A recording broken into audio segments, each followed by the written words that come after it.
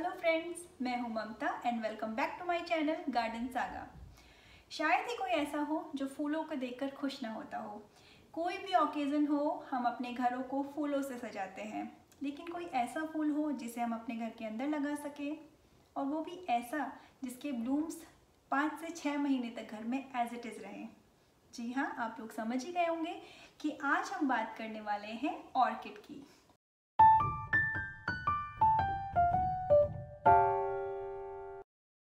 Orchid की अगर flower की आप अच्छे से देखभाल करते हैं तो वो आपके पास अराउंड 5 से 6 मंथ आराम से रहता है। अगर आप ऐसा प्लांट सेलेक्ट कर लेंगे जिसमें ऑलरेडी सारे बड्स ब्लूम हो चुके हैं तो इसकी ड्यूरेबिलिटी आपके पास ज़्यादा नहीं रहेगी, तो ये फ्लावर आपके पास बहुत ज़्यादा टाइम तक नहीं चलेंगे। तो हमेशा ऐसा प्लांट सेलेक्ट करिए जिसमें फ्लावर ब्लूम हुए हैं लेकिन इसमें बड्स भी हैं। जैसे ये 2 प्लांट मैंने सेलेक्ट किए थे, तो इसमें ऑलरेडी 3 फ्लावर है और इसमें 5-6 अराउंड बड्स हैं। ये मेरा सेकंड प्लांट था, इसका भी वीडियो मैं ऑलरेडी पहले शॉर्ट्स एक्चुअली पहले शेयर कर चुकी हूँ। तो इसमें भी जो 2 ये बड घर पे लाने के बाद खिली है और साथ में एक शूट भी डेवलप हुआ है, ये देखिए। तो जब हम इसे प्लांट स्टोर से ख़रीदते हैं तो ये आपको अलग अलग मीडियम में मिलेगा। कभी ये मॉस में भी मिलता है, कभी ये वुड चिप्स में भी मिलता है। तो मेरे पास जो ऑर्किड है ये ऑलरेडी मैंने सब रिपोर्ट किए हुए हैं, काफ़ी पुराने हैं ये ऑलरेडी मेरे पास। तो इस ऑर्किड में ये देखिए पूरा अच्छे से ब्लूम है, खिला हुआ है इसके फूल। इस ऑर्किड में जो मैंने इसे रिपोर्ट किया तो इसमें मैंने मॉस और वुड चिप्स दोनों ही ऐड किए हैं, दोनों ही मिक्स करके डाले हैं। और दूसरे जो मेरे ऑर्किड हैं, ये वाला जो ऑर्किड है ये पूरा का पूरा वुड चिप्स में है। ये देखिए इसके फूल। अगर आप मार्केट से ला रहे हैं ऑर्किड और अगर आप देख रहे हैं तो वो आपको किसी भी मीडियम में मिल सकता है, और अगर आप रीपॉट भी कर रहे हैं तो आप कोई भी मीडियम सेलेक्ट कर सकते हैं। आप वुड चिप्स भी ले सकते हैं, मॉस भी ले सकते हैं, दोनों ही ठीक है। इसके बाद अगर हम पानी की बात करें तो ऑर्किड में जब भी आप वाटर करें तो इसकी रूट्स को ऑब्जर्व करें। जैसे इस ऑर्किड में आपको दिखेगा, ये रूट्स दिख रही हैं इसकी। इसमें जो रूट्स हैं वो कम्प्लीटली ये देखिए पूरी अच्छे से ग्रीन कलर की रूट्स इसमें दिखाई दे रही हैं। तो इट मीन्स इसे अभी पानी की ज़रूरत नहीं है। उसे भी निकाल के देख सकते हैं, अगर रूट्स पूरी ग्रीन है तो पानी की ज़रूरत नहीं है। ऑर्किड में आपको पानी तभी डालना है जब इसकी जो मॉइस्चर लेवल है वो कम हो जाए। अगर आप इसकी रूट्स को ऑब्जर्व करें तो उस रूट्स के बदले ये आपको थोड़ी सी जो रूट्स हैं वो सिल्वरी दिखाई देंगी। तो इस तरह की जब रूट्स हो जाए तब आपको पानी डालना है, या फिर आप फिंगर डिप करके देखेंगे इसमें, इसके मीडियम में अगर आप टच करके देखेंगे तो अगर आपको ये थोड़ा सा ड्राई लगे तभी डालना है।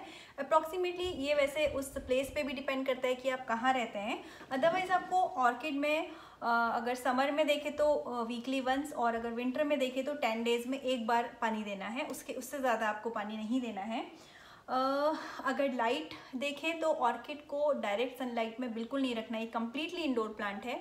ये आर्टिफिशियल लाइट में भी बहुत अच्छे से ग्रो करता है। तो ऑर्किड को आप विंडो से 6 से 10 इंचेस की दूरी पर रखें, और अगर आपकी साउथ फेसिंग विंडो है तो तब इसे विंडो पे बिल्कुल मत रखिए। अगर धूप आ रही है डायरेक्ट तो वहाँ मत रखिए, इनडायरेक्ट लाइट में ही इसे रखना है।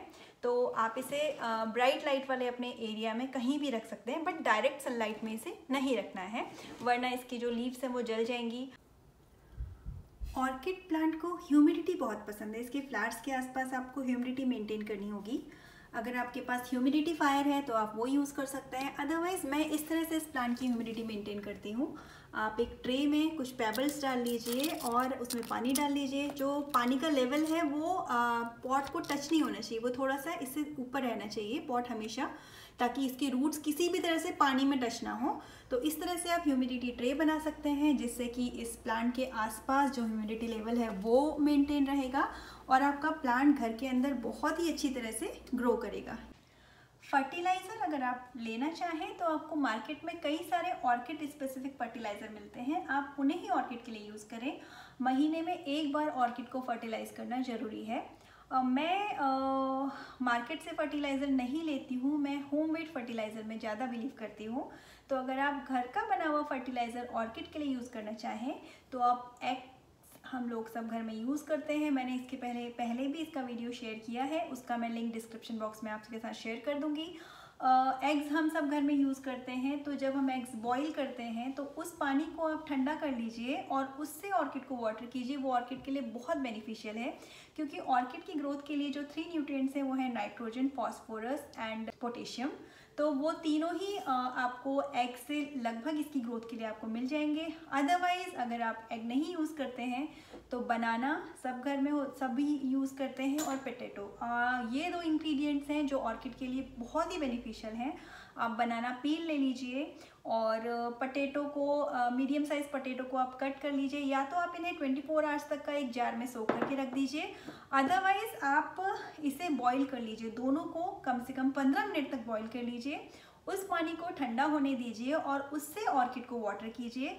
वो ऑर्किड के लिए बेस्ट फर्टिलाइज़र है। जब आप मार्केट से फर्टिलाइज़र लेते हैं तो कई बार प्लांट में ओवर फर्टिलाइज होने के चांसेस होते हैं। अगर हम बिगिनर हैं और हमें करेक्ट क्वांटिटी नहीं पता है, करेक्ट ड्यूरेशन हमें नहीं पता है, तो हम प्लांट को ओवर फर्टिलाइज करते हैं, जिससे अच्छा होने के बदले जो हमारे फ्लावर्स हैं वो भी गिर जाते हैं। लेकिन अगर आप ये होममेड फर्टिलाइज़र यूज़ करें तो इसमें ओवर फर्टिलाइजेशन की कोई चांसेस ही नहीं रहते। आप चाहें तो आप हर वाटर जो है, हर जितनी बार पानी की प्लांट को ज़रूरत है उतनी बार इस फर्टिलाइज़र से दे सकते हैं। अदरवाइज आप महीने में 2 बार इस पानी को डाल सकते हैं। इसमें आपके प्लांट को कोई नुकसान नहीं होगा, आप कितना भी अमाउंट डालिए, और प्लांट भी अच्छे से ग्रो करेगा। ये थे ऑर्किड की केयर के टिप्स। आई होप ये आपके लिए हेल्पफुल रहेंगे। आप भी इस तरह से अपने घर में खूब सारे फूल देख पाएंगे। So thank you so much for watching me. Please like and subscribe my channel.